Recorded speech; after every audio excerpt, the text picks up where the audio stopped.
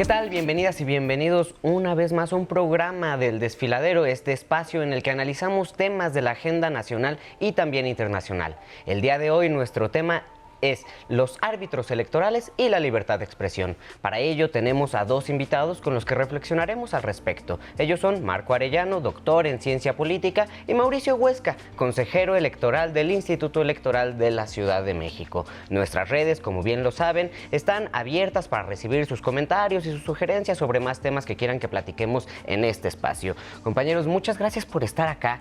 Fíjense que desde hace unas semanas estamos acá rondando en discusiones en donde a veces nos pareciera que los árbitros electorales se exceden un tanto, ¿no?, en regular cosas, y hay otras que uno dice, bueno, ¿y por qué esto no lo están regulando, no? Voy a empezar de este lado para que abramos con el elefante que está en la sala, ¿no? Y tiene que ver con esta duda, con esta nota que salió en los medios y que yo creo que no terminamos de entender respecto al tema del cártel inmobiliario y si se puede nombrar, si no se puede nombrar, o qué es lo que sucedió con el Instituto Electoral de la Ciudad de México y este tema en específico. Fíjate, Esra, que es muy oportuno lo que señalas porque efectivamente hay en el argot, bueno, en el ambiente político y de las redes sociales una apariencia de que hay una limitación a la libertad de expresión, siendo que toda la discusión que se está llevando a cabo y se llevó a cabo fue en torno a una propuesta, un proyecto de un acuerdo que no fue votado. Fue modificado y que fue con unos alcances de amplitud de libertad. En el acuerdo que está, digamos, en el Vox Popular, efectivamente estaba en un primer momento pues censurando el tema de la utilización de la palabra el cártel inmobiliario, algunos señalamientos o calificativos del candidato como Santiago Tajada, y los cuales, incluso a la propia candidata Clara Brugada, señalamientos de que no podía utilizar estos adjetivos y esta frase como tal. Esto no fue con lo que quedó en el proyecto final. Esto desde luego empezó, antes, incluso antes quiero decirte de que la propia comisión tuviera un proyecto para sesionar, ya se empezaba a especular de que la Comisión de Quejas y Denuncias del Instituto Electoral de la Ciudad de México iba a censurar esto, lo cual todavía ni siquiera había un proyecto. Posteriormente sí hubo un proyecto y se filtra y va en este sentido, y bueno, pues ya durante la sesión da la oportunidad a aclarar que el tema de cártel inmobiliario pues es una frase acuñada por la propia ciudadanía y que sí refleja pues una situación que existe dentro del debate político y del cual pues no se puede censurar. Entonces es un término que se puede llevar a cabo, se puede utilizar por la ciudadanía, por el debate público incluso.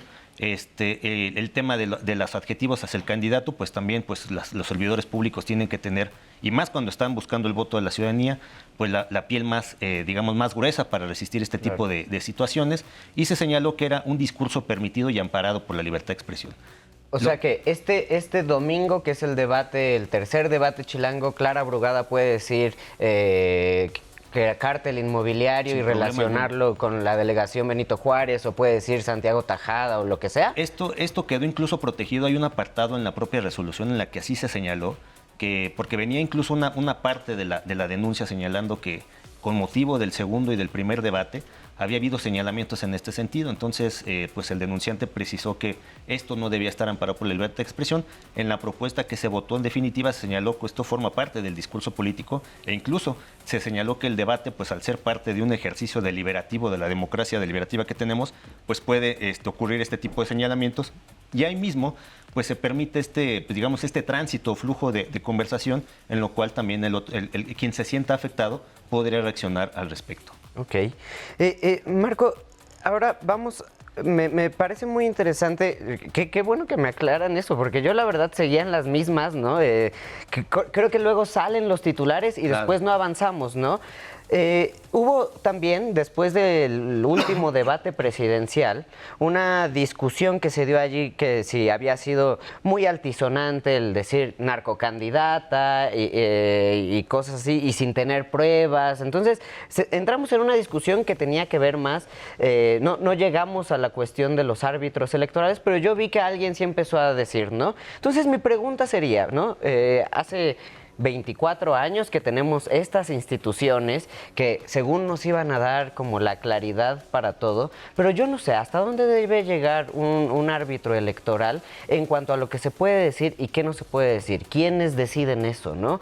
Porque creo que hay muchos intereses de los propios partidos políticos dentro de esos árbitros electorales, ¿no? Entonces, claro, ellos mismos se regulan, como el mercado. Sí, yo creo que hay que cuidar la democracia. La democracia se tiene que cuidar y que hay dos derechos que están compitiendo en muchos de estos debates que están surgiendo, ¿no? El tema del derecho sobre la presunción de inocencia en general de las personas a las cuales se les puede acusar, hay veces que se dice calumniar, ¿no? A un candidato, del candidato A al candidato B, y algunos otros aspectos vinculados a cómo puede expresarse un candidato o una candidata respecto al de enfrente. Creo que la democracia la tenemos que cuidar todos y todas.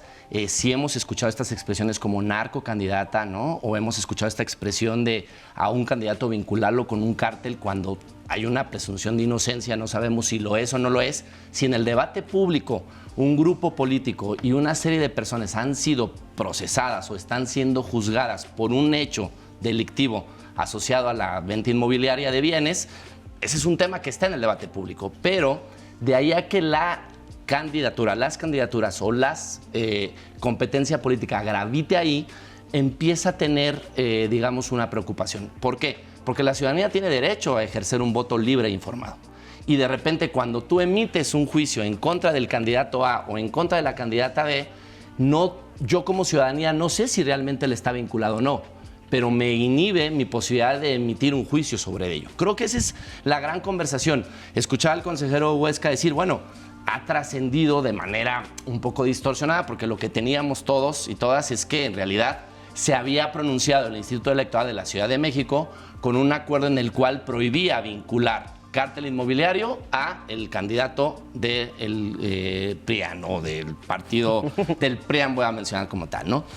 Bueno, en realidad lo que hoy escuchamos es que inicialmente estaba avanzando ese acuerdo, pero lo que tenemos el día de hoy es el debate público permite esa acepción porque está en los medios, está ahí. Ahora, los candidatos y las candidatas tienen que cuidar la propia democracia. No podemos juzgar a unos a otros solo por la calumnia. Recordemos, con eso cierro, que tanto el 41 constitucional, ¿no?, que garantiza el marco de las elecciones, habla de que en las campañas electorales no puede haber calumnia. La calumnia es emitir un juicio no probado del candidato de enfrente. Y eso lo estamos viendo en todas las candidaturas, ¿no? Bueno, está la bolita. Vivimos en un mundo, sin duda alguna, en donde hay más calumnias que propuestas también, ¿no? Es más fácil esto. ¿Cómo garantizar? ¿Cuáles son nuestros elementos para poder defender que no vivamos en campañas de puras calumnias? Yo creo que una de las grandes, digamos, apuestas por el modelo político, justamente, pues, que vino primero en una gran transformación en 2006 y después en 2014, era, como dice Marco, el blindar el discurso político. Es decir, necesitamos como sociedad avanzar a lo que dice campañas propositivas de contraste, campañas de decir, a ver, ¿qué hiciste tú? Ya tuviste al cargo una encargaduría de un gobierno. ¿Qué hiciste? ¿Qué resolviste? Y a partir de eso, ¿qué estás prometiendo? Y hacer un cruce y a partir de eso, pues generar cuál es la mejor propuesta ideológica de acciones concretas. Y en esa lógica, si bien los descalificativos pues son aceptados dentro de nuestro modelo político, estos, digamos, descalificativos, no está mal que le digas corrupto, que les digas ladrón, que le digas que tiene vínculos con el crimen organizado a un candidato, a alguien en política. Lo que está mal es, como dice, es hacer estas imputaciones sin tener conocimiento. ¿Por qué? Porque entonces lo que está haciendo es generar ruido en el ambiente que no genera una formación pues digamos, a la opinión pública, y pasa un poco lo que ocurrió en la campaña de 2006 con la gran campaña de miedo de decir Andrés Manuel es un peligro para la nación.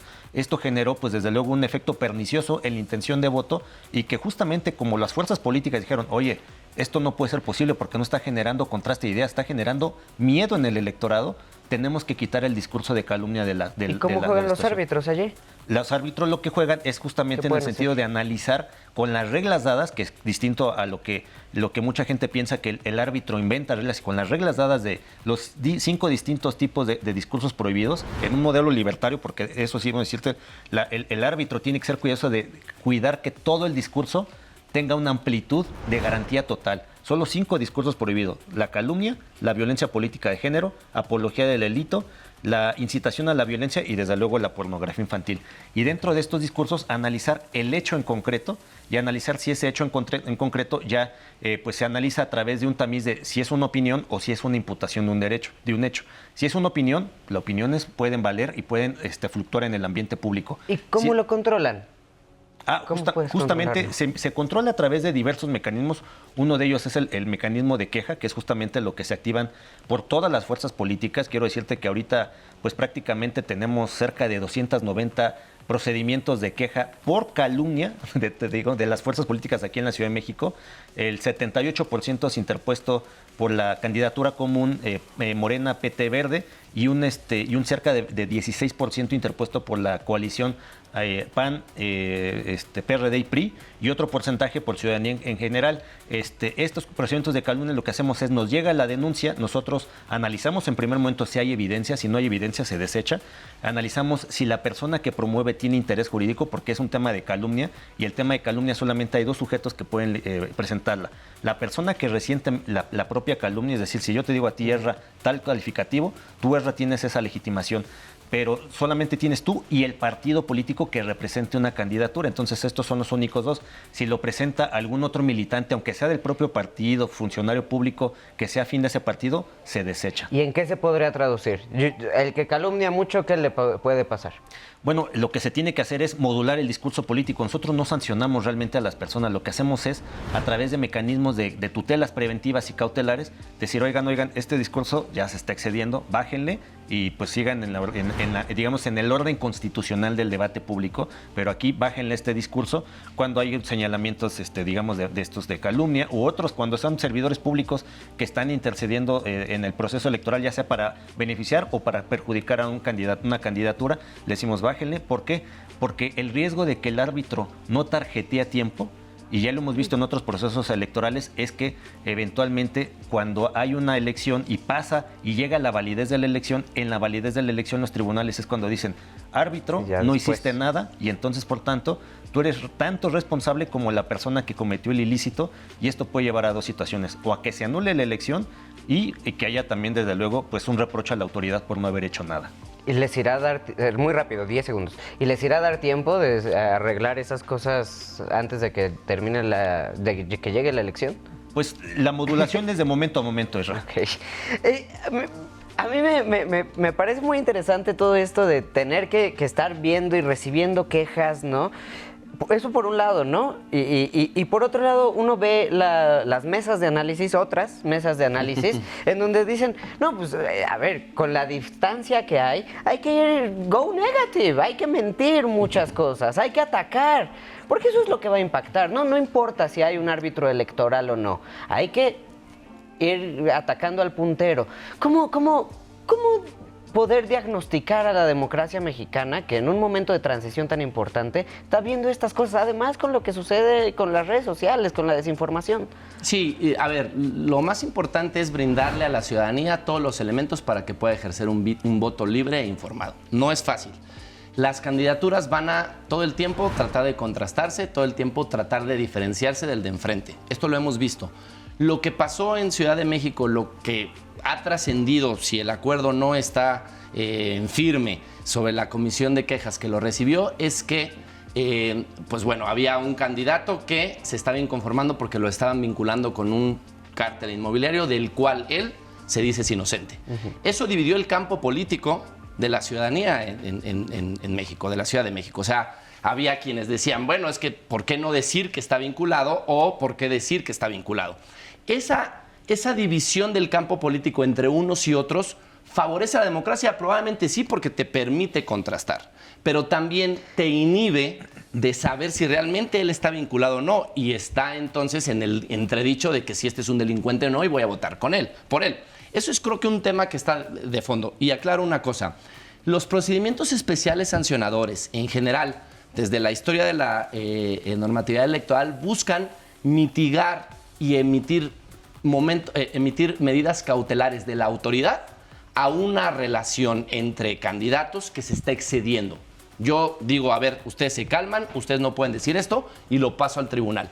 Eso pareciera que iba a pasar, hasta donde hoy escucho no ha avanzado, y centra la discusión en qué gira en torno al spin mediático, porque las campañas negativas, cuando yo contrasto al de enfrente, en realidad generan un ruido mediático que la ciudadanía lo pesca. O sea, más allá de que en tribunales se resuelva o no que el candidato de enfrente está siendo vinculado o no y la candidata de enfrente le puede decir o no, en realidad en la ciudadanía está generando un spin mediático. Y eso las campañas negativas lo tienen más que medido. En resumen, digo, una campaña negativa, yo emito un juicio en contra de enfrente, lo calumnio, si vienen las medidas cautelares que vengan, pero el efecto mediático ya se generó. Claro. La gente ya está diciendo, ese de enfrente es A o B o C, aunque sea cierto o no. Por eso la autoridad electoral tiene que reaccionar. No siempre lo logra a tiempo o no siempre lo logra con precisión. Pero bueno, es difícil ser autoridad electoral, ¿no? No se lo deseo a nadie, se les respeta a todos, ¿no? Porque me parece muy difícil y ahora me gustaría que pasáramos a un siguiente nivel de esta discusión, porque, no sé, los medios de comunicación, las redes sociales, nos están complicando todavía más esto, ¿no? Antes era más fácil poder ver a los medios convencionales, bueno, este periódico, este editorialista, pero los bulos salen de todos lados.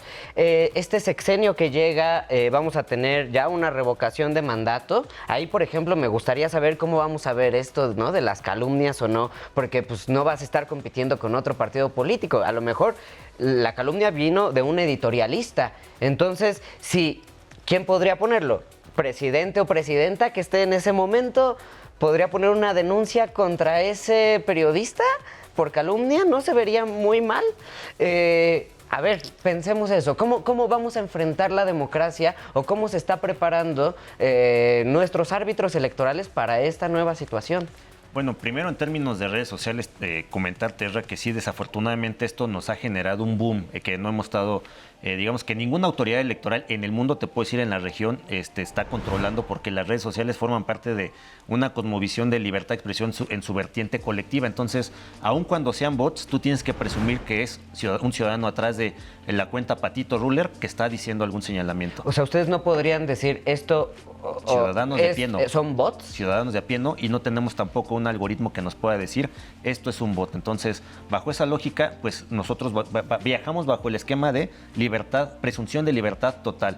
A los únicos que sí les modulamos el discurso son a las personas que tienen prohibido decir algún señalamiento, ministros de culto religioso, servidores públicos, desde luego gobiernos extranjeros, y ciertos discursos a ciertas personas, candidaturas, militantes, pero la ciudadanía en general tiene una libertad total. Entonces, en esa medida, pues que digan lo que quieran. Y el tema, pasamos al segundo, descalificaciones a las personas ya en funciones, a servidores públicos. Esto quiero decirte que después de la reforma prácticamente de 2006 en la que se incorpora la calumnia, que el modelo que a mí no me gusta, también déjame decirte, yo soy partidario más del modelo libertario como en Estados Unidos, que se digan todo, pero se incorpora la calumnia y la denigración también a las instituciones. Por fortuna, unos años después se quitó esta parte de que era prohibido también hacer señalamientos en contra de las instituciones. Entonces, ya en contra de las instituciones del Estado mexicano no hay ningún tipo de limitación. Está interesante, pero ¿cómo vivirlo con una revocación de mandato enfrente? Claro. A ver, yo lo frasearía de esta manera, Ezra. La libertad de expresión es de la ciudadanía.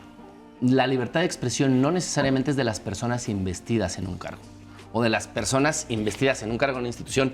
Veo al presidente de la República decir, ¿no?, que le coartan su libertad de expresión al hablar en la mañanera. Ok, la libertad de expresión es de la ciudadanía. Él está investido presidente de la República, tiene que cuidar lo que dice. Un candidato está investido candidato. No puede, o candidata, no puede emitir calumnia si no está, tiene que estar, digamos, normado. Ahora, la ciudadanía puede decir lo que sea. El problema, y regreso al punto, es cómo le damos a la ciudadanía la capacidad de emitir un voto libre e informado. Porque están los bots, porque están... Yo me meto a mis redes y veo el cártel inmobiliario contra los que dicen que le están coartando la libertad de expresión. O sea, un grupo, dividimos el campo político en dos. El grupo de Morena diciendo, están inhibiendo mi libertad de expresión, y el de enfrente, el grupo conformado por la coalición PRI, PAN, PRD, diciendo, están agraviando a un candidato que presuntamente es inocente, ¿no? Y eso para la ciudadanía no pasa transparente. Está mediado por los medios, por las redes, por los bots, y ahí no hay cura, ahí no hay quien nos salve, ¿no? Es que, a ver, esto de poder tener un voto libre e informado me parece muy complicado en esta situación. En todos los contextos. Vuelvo a intentar preguntar y entender, ¿cómo le vamos a hacer con las revocaciones de mandato? ¿Cómo enfrentar eso? Si la presidenta o presidente que esté en el próximo sexenio ve una calumnia y la quiere contestar o quiere poner una denuncia ante alguien que está diciendo que, no sé, le roba los zapatos a los niños pobres, aunque los niños pobres no tengan zapatos, bueno, va a ser un ataque a la libertad de expresión tal vez de ese periodista, o quién va a estar viendo si eso funciona o no. ¿Cómo lo podemos medir? En principio de cuentas, si viene de un pronunciamiento de una persona que tiene de un editorialista. Cualquier que haga periodismo tienen una tutela reforzada respecto a la libertad de expresión. ¿Qué quiere decir esto? Que estas personas que son personas que crean masa crítica a través de sus líneas editoriales, su opinión, sea la línea editorial que sea, tiene que garantizarse por el Estado mexicano la libertad de expresión total. No puede ser perseguido por una situación de esta naturaleza, y es muy delicado tratar de censurar a un periodista. Entonces, en esa medida, cuando una persona editorialista está generando una situación de calumnia o de alguna situación de abiertamente de mentirle a la ciudadanía para generar una intención de voto distinta a la realidad, pues esto se puede medir. Si es un ejercicio que tiene que ser muy medido, y es un test que le llaman test de real malicia o malicia efectiva, en la cual prácticamente lo que haces es analizar muy a fondo cada palabra, cada frase, el contexto en el que se dijo, y analizar si realmente el periodista lo hizo en blanco y negro, si lo hizo de mala fe. Si lo hizo de mala fe y queda acreditado, lo estoy diciendo muy fácil así, mal fe, pues decir esto, lo hizo de mala fe, es prácticamente complicadísimo, y la autoridad que se atrevan a hacer este señalamiento, pues resulta ser complicado, porque tienen que tener mucha justificación argumentativa y pruebas para eso. Actualmente el presidente no puede mencionar a la candidata Xóchitl Gálvez. Creo que puede mencionar a Álvarez Maínez, ¿verdad? O sea, solamente la bronca es con Xóchitl Gálvez. Pero digamos, ¿no? Otra vez, yendo a la cuestión de la revocación de mandato, ahí, digamos, no va a haber más candidatos. Va a ser la presidenta o presidente ante un impeachment. ¿Va a poder participar? ¿Podría participar la presidenta o presidente en esa discusión política, pues atacando a quienes lo estén atacando o la estén atacando? Es un tema central. A ver, la ley de revocación de mandato lo que presupone es que hay un grupo de ciudadanos, o hay una posibilidad que a partir de un grupo de ciudadanos se pide revisar la gestión de ese gobierno y votar si esa gestión continúa o no continúa. Si en ese proceso se vierten noticias falsas, se vierten calumnias sobre la autoridad, en este caso que se le está cuestionando, habría que entender esto que de repente no es tan fácil de procesar, que es que la libertad de expresión consagrada en el Sexto Constitucional garantiza que cualquier persona es libre de manifestar una opinión sobre cualquier tipo.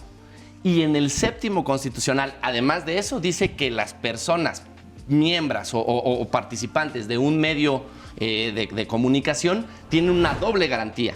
Entonces, la persona que está siendo, en el impeachment, utilizando el anglicismo, que está siendo llevada hacia la revocación de mandato, no tendría la capacidad para poder revertir esas acusaciones. Podría explicarlo, podría dar las garantías.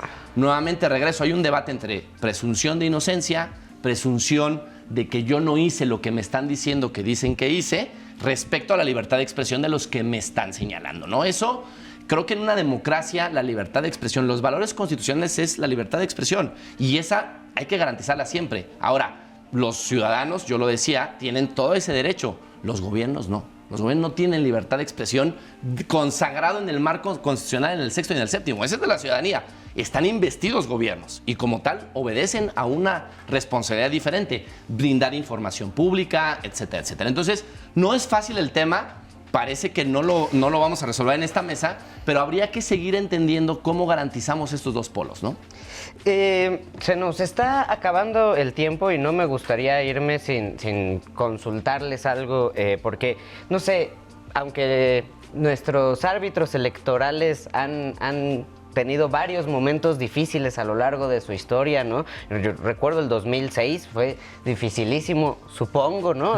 Yo era muy niño, pero igual iba a ir a marchar afuera del IFE. Creo que ahora, sobre todo, está en el ojo del huracán, ¿no? Desde un partido, desde el otro, y se acaba de avisar que un grupo de la sociedad civil que ha organizado diferentes manifestaciones en los últimos meses y que tuvo como oradores principales a el expresidente del INE, Lorenzo Córdoba, y al expresidente del IFE, Pepe Woldenberg, pues ahora, digamos, tomaron un partido, ¿no? En esta elección. Decidieron apoyar tanto a Xóchitl Gálvez como a Santiago Taboada, y pues esa marcha que era ciudadana, que era por la democracia, comandada por estos apóstoles de la democracia, pues tomó un partido político.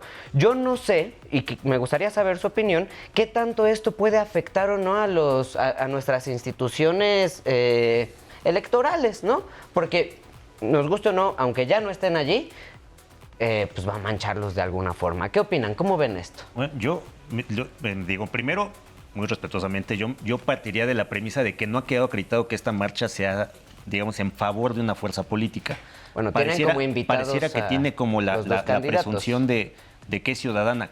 Que las fuerzas políticas se quieren asumir una marcha de este tipo, creo que fue diferente, pero al menos a mí todavía no me queda claro que la premisa correcta sea de si es una marcha partidista. Yo más bien lo veía como una marcha en favor de la defensa de ciertos valores institucionales. Bajo esa lógica, pues creo que todas las personas tienen la libertad de expresión de poderse salir a manifestar de manera disruptiva. Esto afortunadamente nos lo permite pues la propia Constitución, el derecho a la protesta civil, a la resistencia civil, a la desobediencia civil, incluso cuando algo en el pacto social no nos está encajando de manera pues conforme a lo que se promete en el propio texto constitucional. Entonces yo creo que bajo esa lógica, insisto, a lo mejor son visiones distintas, pero bajo esa lógica yo parto de la idea de que toda ciudadanía tiene la libertad de poderse pronunciar, ¿no? Distinto, bueno, el tema es, yo como árbitro ahorita, sí también cuido muchas cuestiones de las manifestaciones disruptivas que pueda haber en términos de feminismo, en términos de madres buscadoras de sus familias. ¿Por qué? Porque finalmente también el árbitro electoral que está en funciones, pues sí, pues está en el ojo ahorita del escrutinio público. Claro.